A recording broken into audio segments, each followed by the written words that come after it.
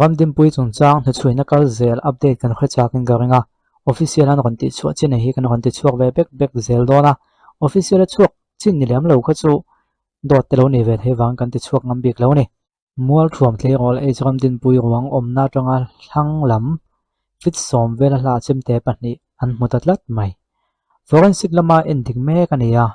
chemte hi ram dim pui tha na ta man ani em ti chu forensic lampang hian an fin fi phot lo chuanin soi thei ani lo thu noi chui tu te hian an soya august ni thum sang ni la som ni pong tho ton ni zana bo august ni nga sang ni la som ni pong ni la ni chom malama awang mo mol thum te gol e chom dim pui kum som panga that tu chu man chua ala ni chi alawa etila hian awang chak tuk august ni rok ni nga ni khan ruang omna thanglam fi som velha police te chuan in chemte pani muin chemte hi e chom dim pui thana ta na man ni em ti chu forensic science laboratory lama endik phot tu kan an thon ta ni chemte chakan in nu ani chungchanga na chui tu te chuan in fsl lam fin fi ani photlo chuan e chom dim pui thana man ro ni e tia soi thei ni ro thu zone jb zone chang an soya poi khoina thlenna chevela thil poi mo pakhata chuan thil poi mo tak pakhata chuan ngai thon sei bok ani hian engemaw tak thun zom na nei an ren thu chu an soi ve nei chu ti chuanin e chom dim pui ogas ni thum sang hela som ni bong zana abo tangin voin hi ni rokna ani ta police chuanin mi then khat thu le hla ngai thato ma se uluk le zolan chui mek thu soya an soya london muna chuan ren le a khal fal bi kanam lo thu le an thil khria tam tak te la khoma an thil fi mek zel thu kan palai hin khilani han tia e chom dim pui chunga poi khoi tu chui mek chung changa thanhem ngai taka police te tho pui tura an branch te khria tir tu weme saphet kwa jong le ya an sera jori pu sira kan dinga chuan zona jb zona changin e poi khoina thlenga hian ade tu chui chua ani nge hi weme saphet kwa taw suan tul an ti thu soya hemi konga hianin saphet kwa taw nuaya branch tin huai tu te abi kin poi khoina a thlen na mun mol thom not la che vela branch te chuan police ni chui te tho puin mi am bia ka on du an nei ni pon kom an du ang te po hui khom pui turin a kha tiang lo tam pui tu khan an be sia ten tiang chuan lo tam pui ni tian khria ten lo mo man ti thu te pon soi ni me pui te po police te no chui ti chak turin thudik a ang thudik i khil in sum lo kham tai la kon ti zo kan hi enga mo thudik khriat kan lo nei ni chuanin a soi no tu dik taka soi thwen tai la chu zone jb te na chu tiang chom police te po hian an ngen thu an soi ni enga mo he men chuina ta thil tangkai om thei lo khria kan om ne chuan a soi no tu mon dik taka social media au chu te chu le lama chun a mor bok na hin deuh to tin na tangkai view thei tho bu kama ko chu soi no tu mon dik taka lo soya tiang te kha tho o me soi no tu mon dik taka akan soi lo chuanin thil ti srol tu man chuan ko nga min dal tu ni ve theina la chin te po om ti khira tho o me nimin august ni riat sang ni la som ni perok in rin ni khan mnf party chon ilp chungchang a cm tu soi du lo na lan tir na mcdonald hill zakot a demonstration an ne yan tia hey video toy te kam play nga ani nok de lai ni han ho ho a police ne na han no han ti vera cm bangla enga mota ten tumin a kip chiao chu kan khavek to o me khang vel khan ya ti chuanin khan me ka khan he facebook han video pakhat an ron da ta ni za thla kang reng tak chu car bula scooty loading khi lo en chiang ula a deliver zuai awang ve scooty nuai tron khin nge malo chuak le na kan ta ni lo en chiang la a speed hi muang te in kan tiang e o a chan chu kan lo khriat chian theina turin chuanin kan en ho don nia a speed ka ti mo na wangen sang kan tiang a thian thuan soi awrin na nan ti mol to ni chuan hi scooty hianin avakal ta a an mela lang chuang lo boka helai hian mo helai hian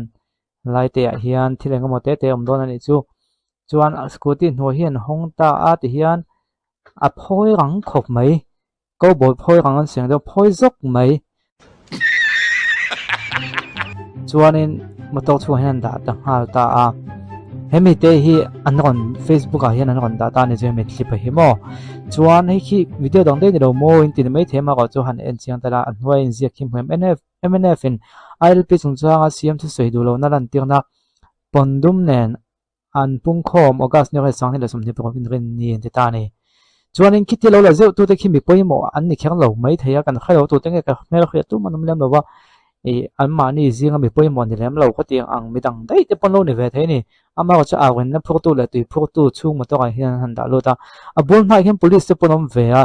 ma se an tin vak man tingam lo nge ni khi khi I tu sik polo ni ve thei thawa kha kha chu khoi takin kan soingam lo ni he lai pon police pa hi om ve reng a sorry he lai pon police pa hi om ve reng a ma se le dam pang hnunga chho a hoi san ni ti chuan di khanin an phoi ta zeu maya ko boy phoi ang an sei chu nep te ni kha khanin hei mi pahnih khat thilinga mo ti zeu hianin pau te mingte pol mingte ko khan mingte a chok cheve thei khop maya khami phoi rang zeu lai te kha agon vai ral ta ni chu chu an thil ti zong zong a that lo ai ma chung khami khan eng mo chin kha bu kha a thlak dang lam ve ta a chulai te chu e hresol pal te pom ve the ke ma pon an ma ni mi da hen ji pe do thap mai ne an ma ni mi da sa de pon lo ni khyak lo the ya to te mo pon lo ni ve the ya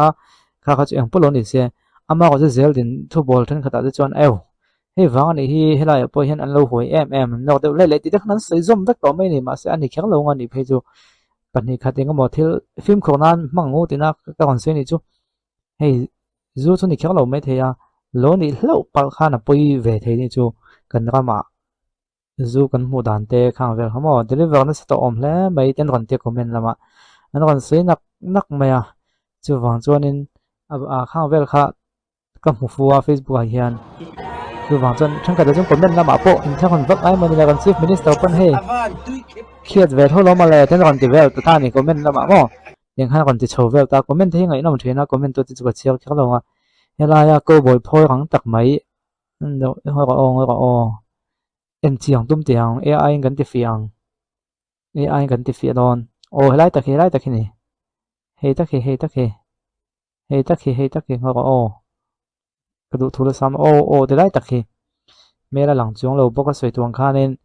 hi ai kan han ti fi anga enge mo aken ti kha kan en don ani chu ai mangin mo mel lang lovin ti khen kan tianga chuan he lai hianin kan han honga ai hi kan honga chuan hi ti khen kan tianga upload file lai kan kalanga desktop a oma khami kha chu he lai hian kan record anga HD quality nan siam te kan tilok ngo HD quality kan siam te don ani thil dang le khalo ne ve thei tlat maya hei dam doi te polo ni theni chu bumpui chak lo dam doi te ang chi mo bumpui chak na ang chi te vitamin te po khalo ni ve theya ai khan han tin nge a siam ai siam dan he dik nan ni rovin ai hin tin nge mu ve ti kha ka khia chak hawangin eu hi ai chuan in thil dang de ni khi mi motor pa ti ka mobile de ni mel hai mai ai lan dan tang chuan khian tawla ai lan dan tang chuan ti khian ani de maya scooty hnuai tang phok ni wangin chu wang chuan ai hi khan nom sok mai thei than khatan chuan mo ta tak na kan ti kwal vel mai ni kha ole